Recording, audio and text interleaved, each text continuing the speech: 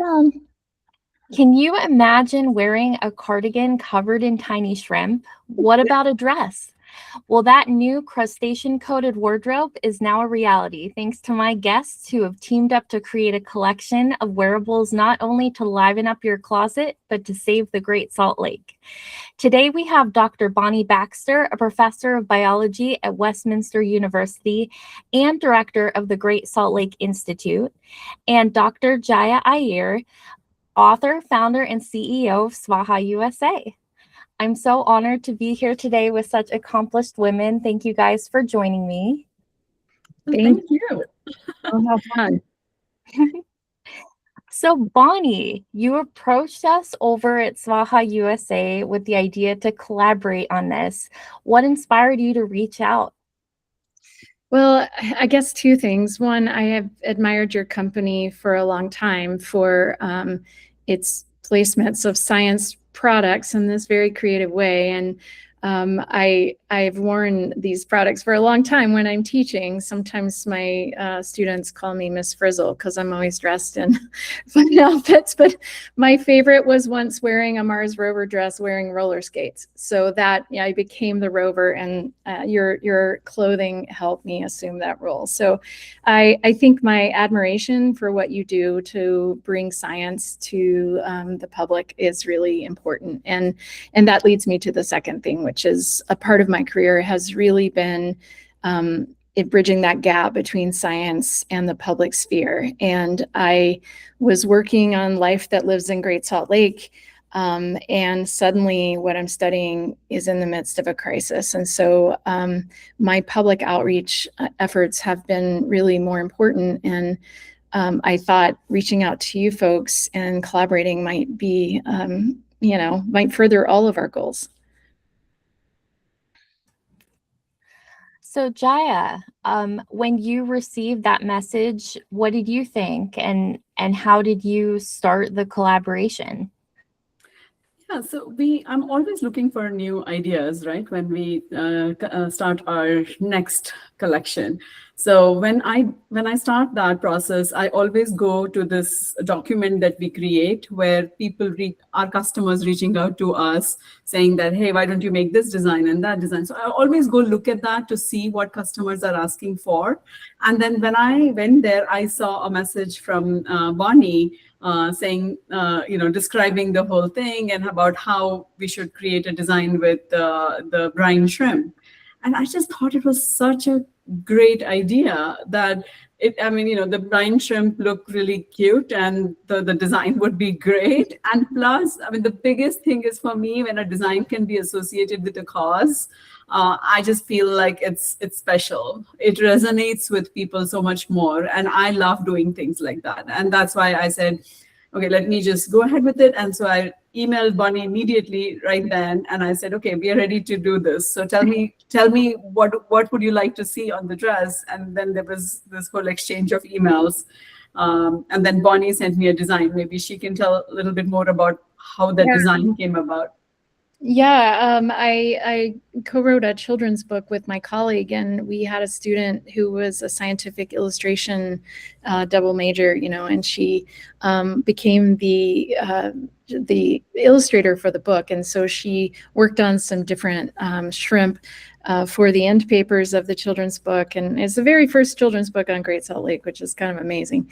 And I sent those as a design inspiration. I think about what you did with it. It was like you took it to the next level. So your design team really approached this with not just the lake and the shrimp in mind, but maybe even with a little fashion in mind. I love it. It was, the design, of course, inspired us, right? So I sent it to my designer and I said, let's see like how from far away, you can't even tell that they are brine shrimps, but when you come close, you know what it is. So I think I love those kind of designs, right? Like when you know it, you know, otherwise it's just a pretty print. Yeah, exactly. That's really fun. So going back, there are tons of species around the Great Salt Lake, and there are migratory birds and all kinds of other things that you would normally see on clothes and are more typically on clothes. So what where did the shrimp come from? What's so important about the brine shrimp? You know, what's funny is there are, this is one of the most important bodies of water in the Western Flyway for birds. So 10 million birds eat here. And that's 338 species. So for people who care about birds, yeah, maybe they'd love to see a bird on a dress. But all of those birds depend on two invertebrates that live in the lake. They depend on the brine shrimp and the brine fly. And the shrimp also have a huge economic impact in Utah because they insist their babies in these little eggs to overwinter, and all of the adults die. And so harvesters can collect those little eggs of the brine shrimp, we call them cyst, and they can be taken all over the world to feed prawn and to feed fish that are in farms. So if you eat fish, like 60% of the fish that humans eat on our planet are fed Great Salt Lake brine shrimp. So that's pretty amazing. And so that becomes, that economic reality means that they are an excellent lobby for the health of Great Salt Lake. So we have tried to reach out to not only people that care about the ecology and the biology, but also to the industry that employs people in Utah and also brings significance to the brine shrimp. And they have a big voice, you know, in our state house. So I think making the shrimp so popular, as you will do, means that it's a powerful message to folks in Utah, and not just folks in Utah, because the brine shrimp exist in all of these saline lakes in along the Western Flyway. So we're talking about Mono Lake, we're talking about salt ponds at Monterey Bay. We're talking about Lake Abert up in Oregon. And so there are these saline lakes in this Western corridor, and birds see them, you know, and they know they're a great place to get brine shrimp. So let's use the shrimp to market conservation. That is amazing. And I feel like just making that dress, it's going to start a conversation among people. And I actually, after you told me about it, I went and tried to read up more about it because I wanted to understand, you know, the importance of conserving, like to protect the brine shrimp. And I feel like this dress, once we launch it and when we talk about it, it's just going to make so many more people aware about it. And I hope that in a big way, it really helps you. Absolutely. And I love that you brought the socks in too. So for people who don't wear a dress, they still can work to save Great Salt. And a tote bag. So if you don't want to wear anything, you can just carry something too. I love it. I love it. I think it's going to be very popular. So what's one thing that both of you learned from each other throughout this process, the design process, the ideation process? For me, I didn't know anything. I mean, you know, I feel horrible that I was so ignorant about something like this. I have actually been to the Salt Lake myself, and I just absolutely loved it. Yeah. But obviously, there was really no awareness. There isn't enough talk about it for people to realize how important it is in so many different ways, right, to protect these brine shrimp. So I think that for me, it was such an amazing learning, and hopefully this will give people idea that, you know, just bringing awareness sometimes is a great first step. Mm-hmm. This is an international crisis. We're using too much water, and we know that where I live in Utah, but around the world, saline lakes are shrinking. And so there are brine shrimp species around the world that are being impacted, and humans that are being impacted. And this tiny little crustacean, I think, can bring some awareness. And I think what I learned in working with you folks about what you do is that you really are thinking about where important science is being done and how to get people's attention about that. And so I really appreciate the collaboration, because I think you brought your skills to the table in a big way. Thank you. Mm-hmm. Bonnie, what's something people would be surprised to know about the Great Salt Lake and its ecosystem, whether that's about the brine shrimp or something else? Okay, my favorite fact about the brine shrimp is that their little cysts have been sent to space and exposed to space conditions for weeks and brought back to Earth, and they hatch just fine and they survive. So there are these incredible extremophile animals that are meant to survive in extreme environments. So I think that's one of my most favorite facts about the shrimp. And about Great Salt Lake, I think that it is, I'll tell you something amazing. Saline lakes have the most beautiful sunsets because of the way the salts in the water refract the light. And I think anytime I take people to the lake and we experience a sunset, like you've got someone hooked for life on the importance of these systems. So bird watchers come here from around the world to see certain species, but it's a special person that gets to experience a sunset at Great Salt Lake. Mm-hmm.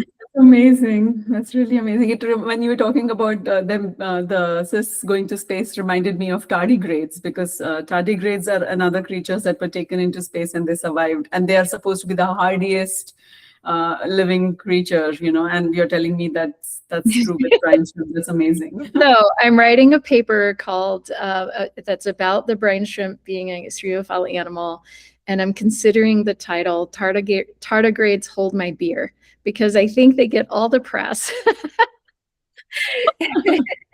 And honestly, I think brine shrimp do the same thing. They know how to weather the extreme conditions. They can handle ionizing radiation in space. They can be dehydrated. They can live at low water activity. I think they're pretty durable creatures, and I think they're maybe holding hands with the tardigrades in that respect. That's amazing. Oh, That's amazing. So a portion of the proceeds from this collection is going to go to the Great Salt Lake Institute. So where is this money going to go? How does this fund your efforts? that's so great. I'm thrilled and excited about this opportunity to collaborate with you, and any funding that comes in from you will go directly to our undergraduate research program. So we're a liberal arts college, the only one in Utah. And we are the only research center that works on Great Salt Lake issues. So we fund projects of faculty and students and big collaborations with folks around the world who want to work on Great Salt Lake. So because we're at a liberal arts college, we can be very nimble and openly collaborate with all sorts of people. We don't feel very siloed. So we have artists working on pelicans that live on Gunnison Island in Great Salt Lake, and they're working alongside the biologists who work on Great Salt Lake. We're working with the shrimp companies that work on Great Salt Lake, and so our students get to see not only the biology of the system, but also how we interface with the rest of the world. So I'm really grateful that our undergraduate researchers are really pushing things forward and moving the research forward on this important ecosystem. I think if we can save Great Salt Lake, it will be, honestly, the conservation story of a lifetime. Wow. I'm really glad we are able to contribute, however little it is. Hopefully, this will bring awareness and get you a lot more contributions from other people. Yeah, exactly. Wonderful. And we'll all be wearing dresses.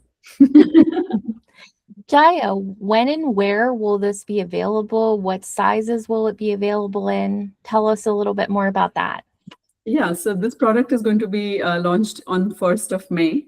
We are going to have a dress, a cardigan, a tote bag, and a pair of socks. So something for everyone.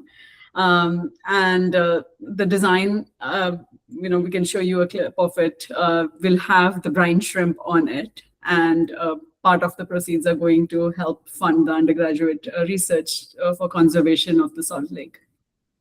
Wonderful. Wonderful. The timing is so good because every other May we get together with this Great Salt Lake Issues Forum that's sponsored by the Friends of Great Salt Lake, and we sponsor this conference as well. And so that happens in that first week of May. So I think the timing is so perfect because people who study and work on saline lakes will be there. One of our main speakers is actually from Siberia, so I hope he takes home a brine shrimp dress for his wife. Amazing. All right. Well, thank both of you so much for being here and teaching us about the brine shrimp and the Great Salt Lakes. And we look forward to seeing the launch of the collection. Thanks, Nikki. Thank you very much for having me. Thank you. Thank you for joining us too, Bunny. That's amazing. I'm really excited. It's going to be really fun. Ending.